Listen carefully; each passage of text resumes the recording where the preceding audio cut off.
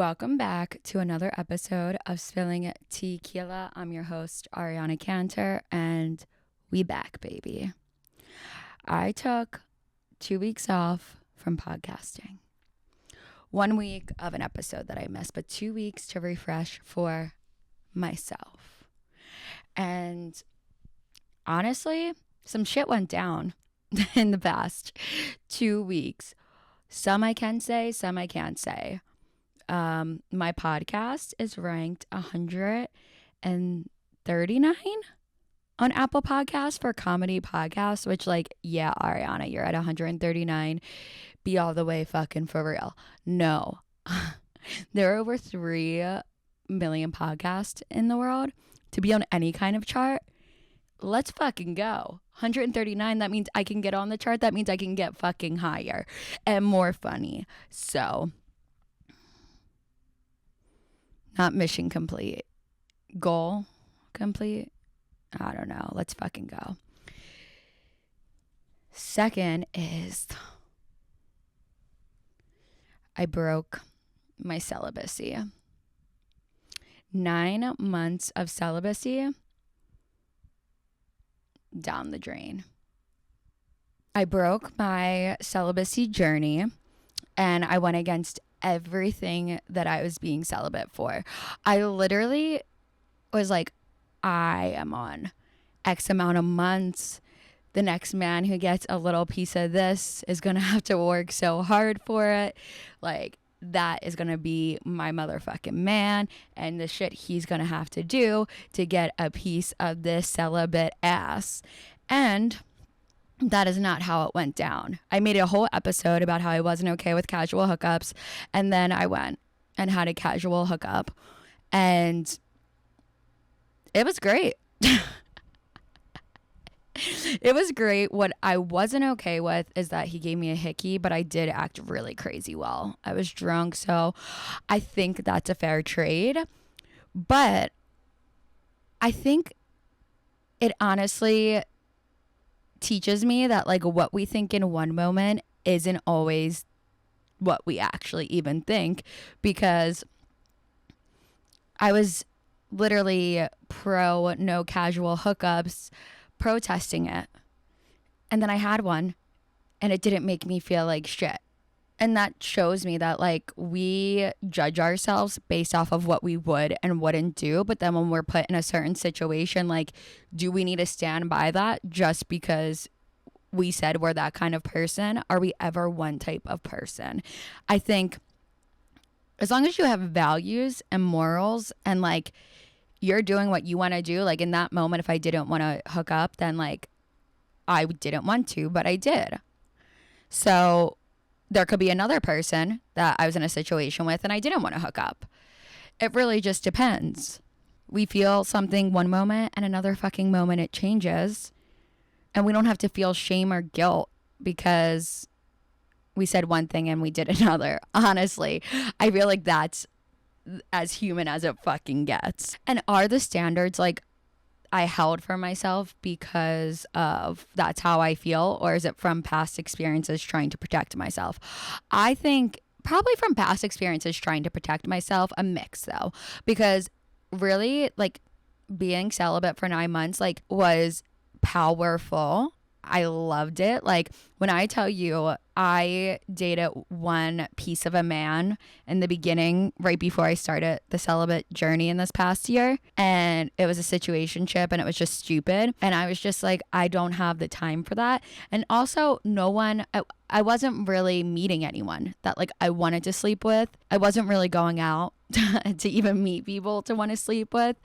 I went on dates with 2 guys in the last 9 months and they were not getting a piece of this. And it was powerful. But now, who knows? I don't think I'm going to go into a bunch of random casual hookups, but I also didn't know I was going to have a casual hookup.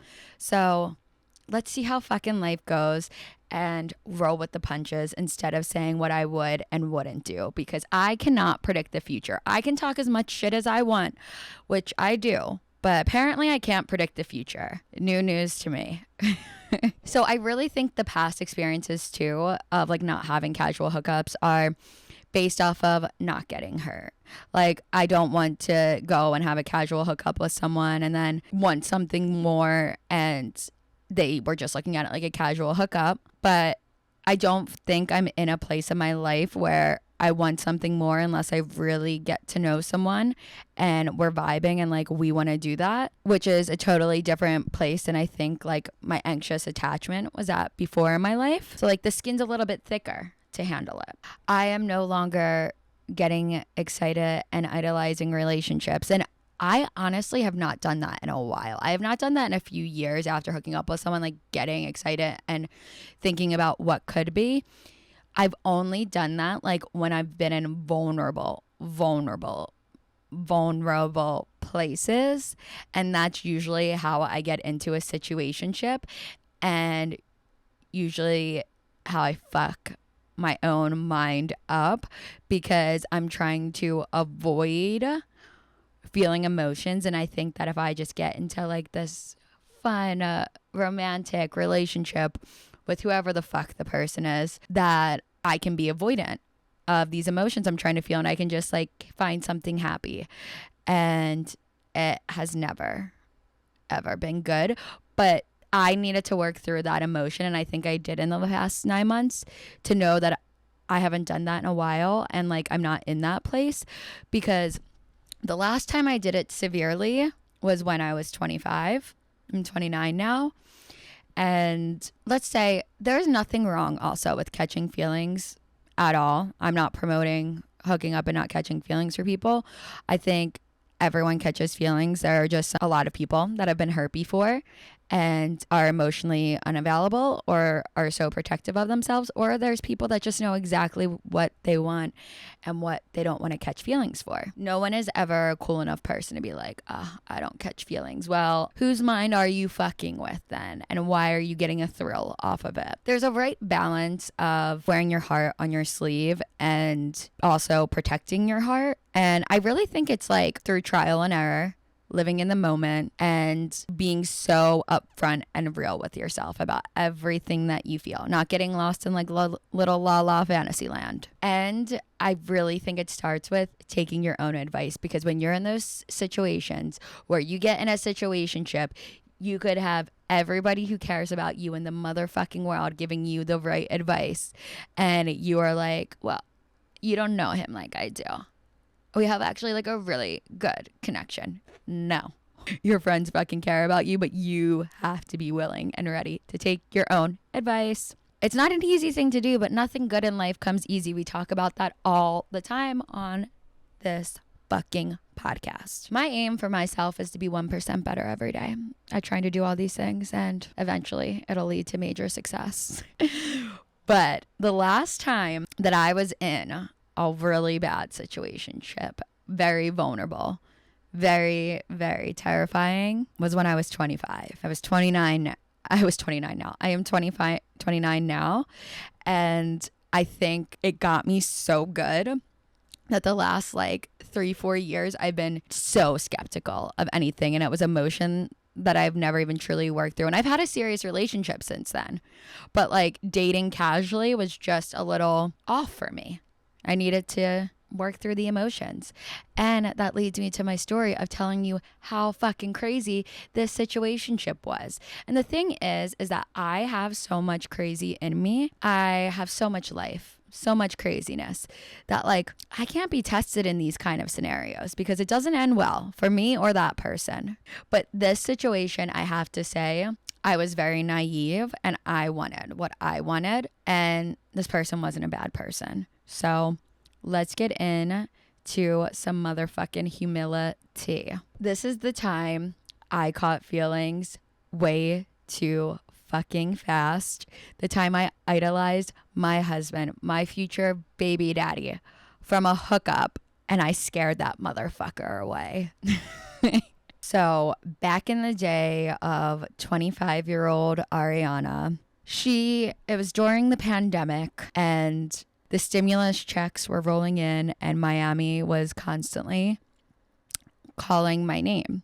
So I was in Miami. I wasn't really hooking up with a lot of people in Miami. I think I always have like a piece of a lover girl in me, but then I don't, but then I do, because it's not for everyone. I definitely know what I don't want, but then like I do. So take that for whatever that means. So when I was in Miami, I saw a guy when I was out that I've known for years that I always thought was cute, but like he always had a girlfriend anytime I saw him, and I always had a boyfriend anytime I saw him. This time, we were both single, and we see each other at 11, the nightclub strip club. I go up to him and I am just like, what are you doing here? And we hung out, we were drinking. He was like, why don't you come back to my friend's place? Like, we're going back to party there. And in my mind, I was like, I'm not going to go back there, because if I do, I'm going to hook up with him. And I told him no. And then he left, and I texted him and I was like, send me the address. So I go there. Him and I have fun. We hook up. We hook up the next day. We hang out the next day. We go out again. We miss our flights home the next day. So we hang out again. We go out to dinner.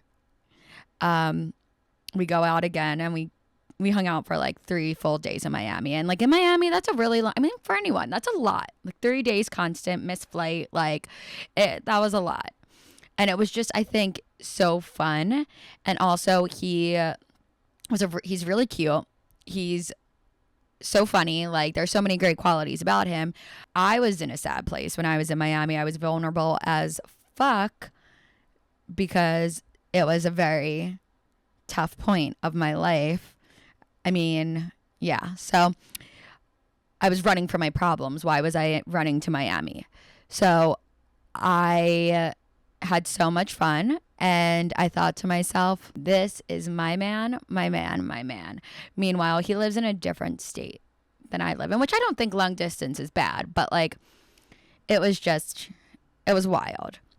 Although I do have to say, those days, like it was just so much fun. I think a lot of people would get caught up in the moment, but like at the end of the day, back to the other side, I don't think good love stories start with we hooked up in Miami and missed our flight and spent 3 days together, because most Miami stories are we missed our flight and we went there to like have fun. So whatever. We both go back to our cities, and I'm in Philadelphia. He's in New York. He's like, you have to come up for a weekend. I'm like, sure. I'm like, sure. I'm like, fuck yeah. Like, you tell me, like, can I come up this weekend? Like, when can we make this go down? I was so excited to hang out with him again. And we planned a weekend. I went up to New York. He like had planned everything out over the weekend. We like had brunches planned, dinners planned, like nightclubs. Like he just had everything planned out. Like there was something for us to do the whole time I was there. And let me tell you, that does not happen with men in Philadelphia. Not even close. You're lucky if a man's like, let's go get dinner and not drinks, not just drinks.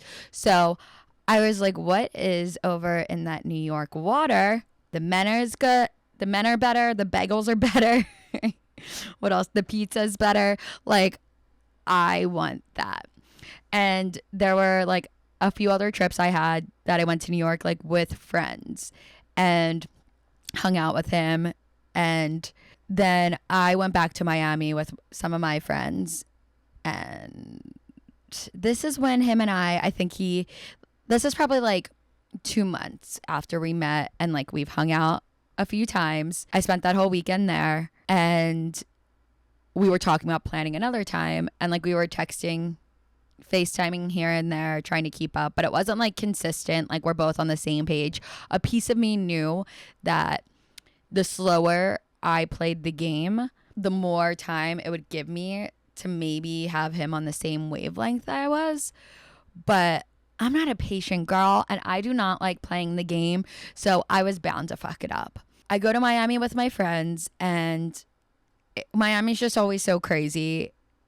And I think to myself, like, when could I see this man who lives in New York again? And I'm like, well, I do have to fly back from Miami to Philly.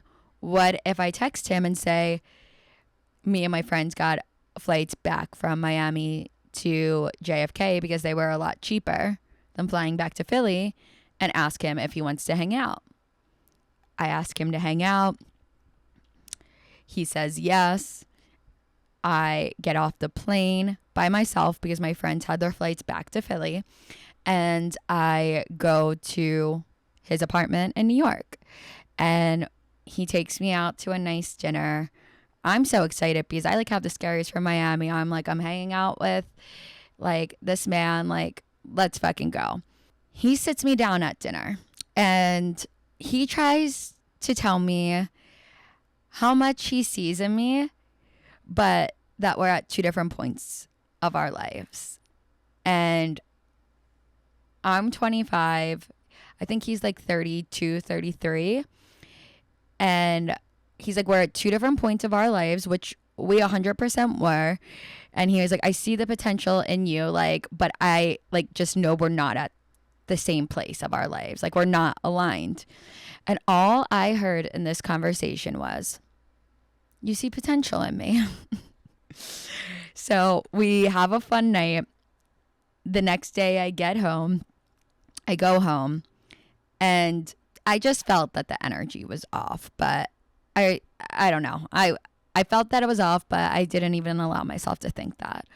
So my friends were going to New York for a weekend in like probably 2-3 weeks. And I was like, this is great. Another opportunity for me to see him. So I go to New York, and he doesn't, like, he's answering me, but like not really answering me. And everyone knows how much that feeling sucks when like you were hooking up with someone, you did like them, you felt like you guys were like kicking it, having fun, and then they're distant and they're not like that anymore. It is the shittiest feeling, especially because I thought this man was my future husband. So I get like very vulnerable, but I'm like keeping my head up. I'm like, whatever, roll with the punches. Like, he's gonna want to see me again. And he honestly did not want to see me at all this trip. And the one night me and my friends went out to a place that like him and his friends were at, and some of his friends saw me there and they were like, oh, is on his way. And I literally was like, he's gonna see me and he's gonna want to hang out with me. And he did not. I didn't even say hi to him. I did not, thank God I did not go near like his table that he had with his friends. Like, I just knew the energy was off and I was not allowing myself to be involved in it. But then the night that club in New York came to an end, the night was still going on, and I drunk text him and I'm like, where are you? And he sends a message back and he's like, Ariana, like, don't think that I wouldn't love to see you, but I know that you think more of this than I do, and I don't want to lead you on. And I was so upset. But let me tell you, there's always a twist and turn around the corner, because then I went to another nightclub with my friends and I was in the worst fucking mood. And I was just so sad. And I am at the door getting ID'd, walking into this other after hours club. And all I see are these guys that like walk past me, and everyone's like, move to the side. And I'm like literally first in line to get in this club. So I move to the side and I see all of these diamond chains just walking past me. And I'm like, who the hell is about to walk in here? And who walks past me? Meek Mill. Meek Mill walks right past me. And then they let him and all of his friends get in the elevator and go up. And me and my friends are the first ones in after him that go up in the elevator and go up to this club. And like, the thing about me is I'm from Philly. Like, I fucking love Meek Mill. Are you kidding me? Dreams and Nightmare. Like, I know every word to like every song. Obsessed.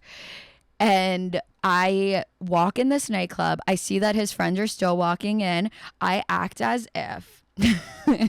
And I go up to this table. They think I'm just like with the crew. And I walk right up and I go over to Meek Mill and I put my hand out and I go, "Hey, what's up? My name's Ariana. I'm from Philly too. I'm your biggest fan." And then security came and pulled me out of the section. And I went to go and hang out with my friends. But they played like so many Meek Mill songs and I was breathing the same air. I was rapping the same words to his songs that he was too. And I got to say hi to him. Now, if the guy that I was hooking up with didn't want to hook up with me anymore would have said I could like go over his house and hang out with him, I would have never met Meek Mill. So like a win is a fucking win. But back to my situationship. The next day he texted me and he wrote me the nicest message anyone has ever wrote me to tell me they didn't want me. And saying that like there's no lack of interest or feelings. It's just like I want something that he's not capable of giving. And like obviously we weren't aligned. And I wanted to be mad at him and I wanted to be like, he's a dick and all of that. But like the man wouldn't lead me on. And that was so nice of him. So I responded a nice message back and I was like, there's no hard feelings. Honestly, if I would have came over, then I wouldn't have met Meek Mill. So, and he probably thought I was just like literally so crazy, but I am. And it took me a while to get over that situationship, a really, really long time, because I really thought that like how nice he was and like the fun times I had with him, that like he was the one for me. But just because something is great with someone doesn't mean it's for you. That just showed me like I can have that much interest with and fun with someone else. And also that it didn't work out, but he was still a really nice guy to me. At the time, I feel like I wished he was almost a jerk so I could hate him, but I carried that lesson with me now from then. Like I do not lead people on. If I am talking to a guy and I can tell that he is more interested than I am and I don't see anything of us moving forward, I put an end to it. Even though it could be fun to have someone there and like go to dinners and do those things, not worth it, because I know what it's like for a guy to be a dick and lead you on, and I know what it's like for them to not lead you on, and I'm gonna choose not leading on every single time now. Now, this situation was my fault in a sense for being naive. And I've had situationships where my emotions were totally toyed with, but this was not that. But also like getting the guy that is emotionally unavailable is not a flex. Like I saw so much in his personality that I liked, but why would I want someone that didn't want me? That is such a no. It is not a flex for someone to not want you and then being the girl that can get them. And like, no, that's just not a flex. That is so twisted and turned and tangled, and it's all just like to avoid actual genuine emotions. Getting the guy that you vibe with, understands you, makes you feel safe, makes you feel seen, that you can just have so much fun with is the motherfucking flex. That's what you want. The one that chooses you. The one that puts in the work for you. Not the one that has a great personality but doesn't want you. No, thank you. And I don't envy people that suffocate their emotions to get what they want or what they think they want. I think in my earlier 20s, I kind of thought that's how things were meant to be. But like throughout my lessons, I realized, no, thank you. More to my point of why I feel like I can have a casual hookup now is because I don't catch feelings quick. I really want to get to know the person. I want to make sure that they are available, that I do like them, that just so many things. And that takes so much time. I think that the best thing is like to start as being friends with someone. And then if you want to take it to the next level and go to a relationship, because I think for so many reasons, that's a great starting point of like respecting one another. I think that if you view each other as friends, there's just so much more respect than going right into something romantic. You don't want to be in something where you feel like you need to be closed off at any point of life. That makes you feel like you can't be yourself.